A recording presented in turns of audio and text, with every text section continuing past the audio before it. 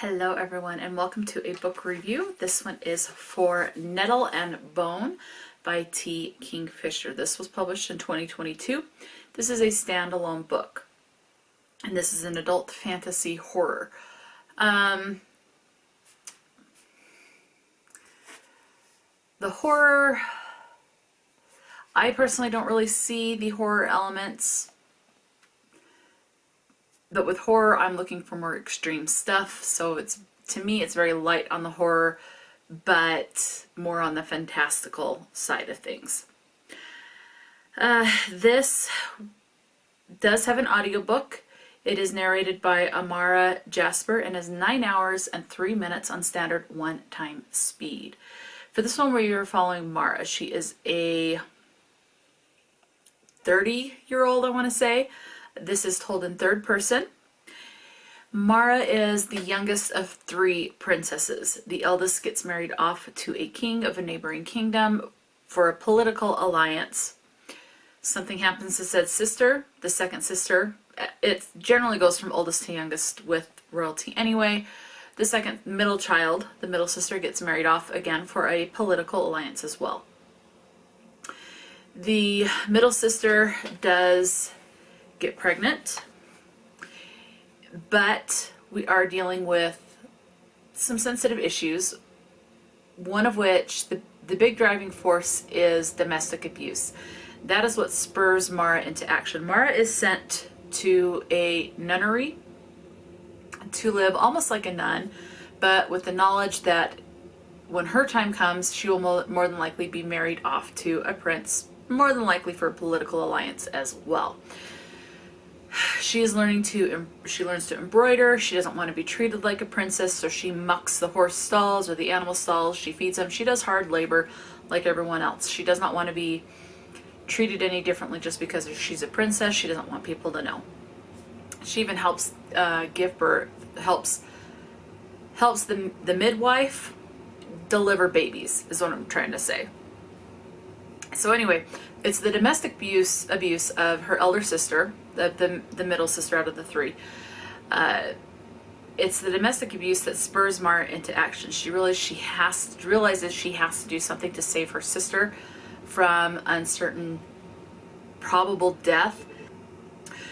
So Mara sets off on this adventure. So there is quite a bit of traveling in this. She tries to find this bone witch who she thinks will be able to give her what she needs, whether it's poison or whatever, to kill this member of another royal family to save her sister, basically.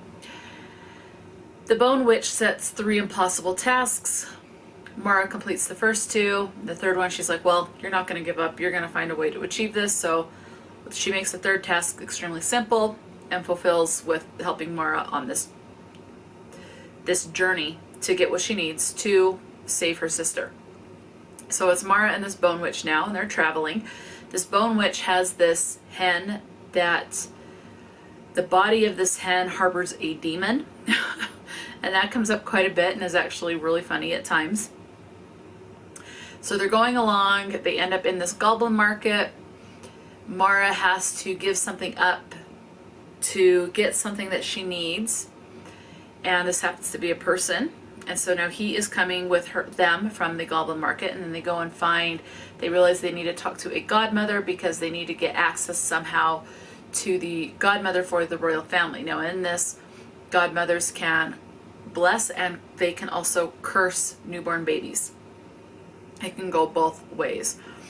So they find this godmother who was a godmother to the babies of a different royal family, and they are trying to get access to the godmother of the current royal family where the domestic abuse takes place. There is a family curse. You do learn about that with one of the families. And so they're trying to solve what they need to again, save her sister from the domestic abuse.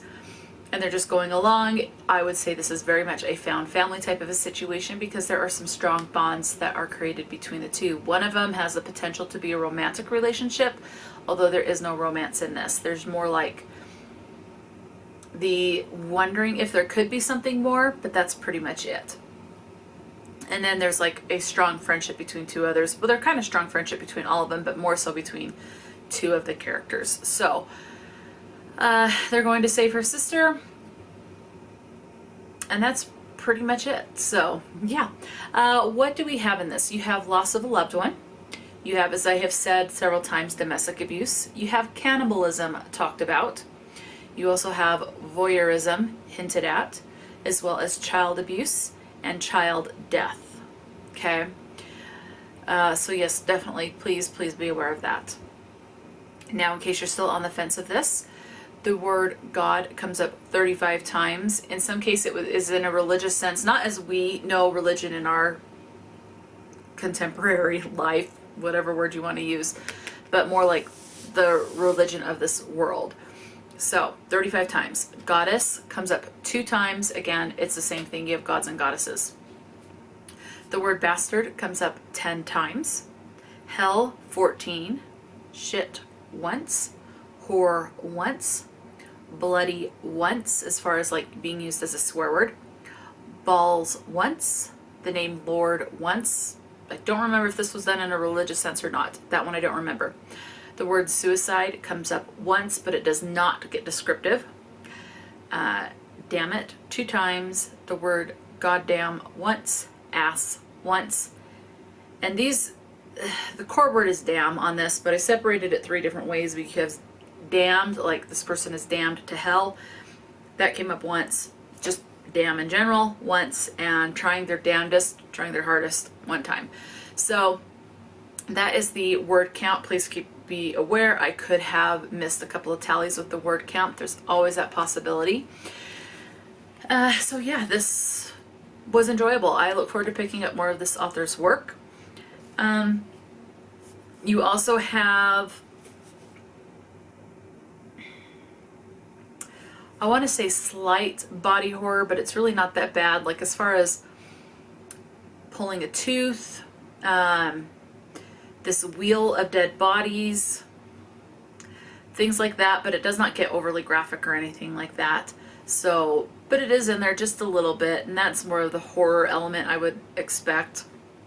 The goblin market does tend to be fairly creepy, and the fact that this hen is possessed by a demon, so those I can see being the horror elements, but it's mostly definitely the fantastical element with the witches and the godmothers, or the fairy godmothers. They're just godmothers in this, being able to curse.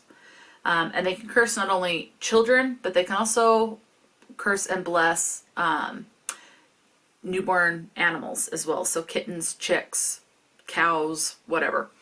So yeah, so have you read this? Have you read anything else by Kingfisher? What are your thoughts on the writing? Now I do have a couple of things tagged in this. So let me tell you some of the things that I tagged. I won't read all of them because there are quite a few. Peasants and princesses all shit the same and have their courses the same. So I suppose it's no surprise that babies all come out the same way too. Yep. Let's see.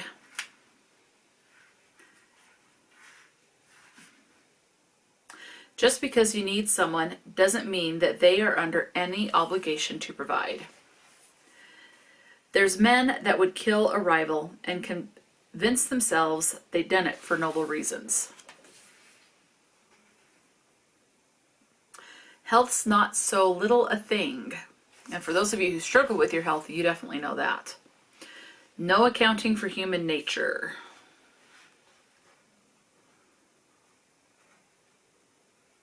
Okay, and I'll read this, and this will be the last one that I read. Very unlikely people, you know, will share confidences with each other if they think the other person understands.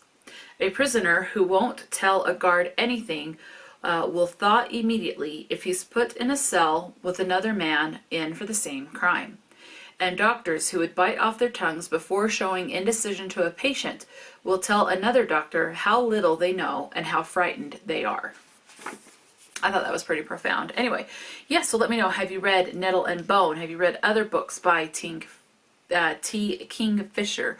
What are your thoughts on this book? Are you interested in picking up this book or this author's work if you have not yet? Talk to me in the comment section below, and until next time, stay true to yourself and enjoy a good book, and I'll talk to you later.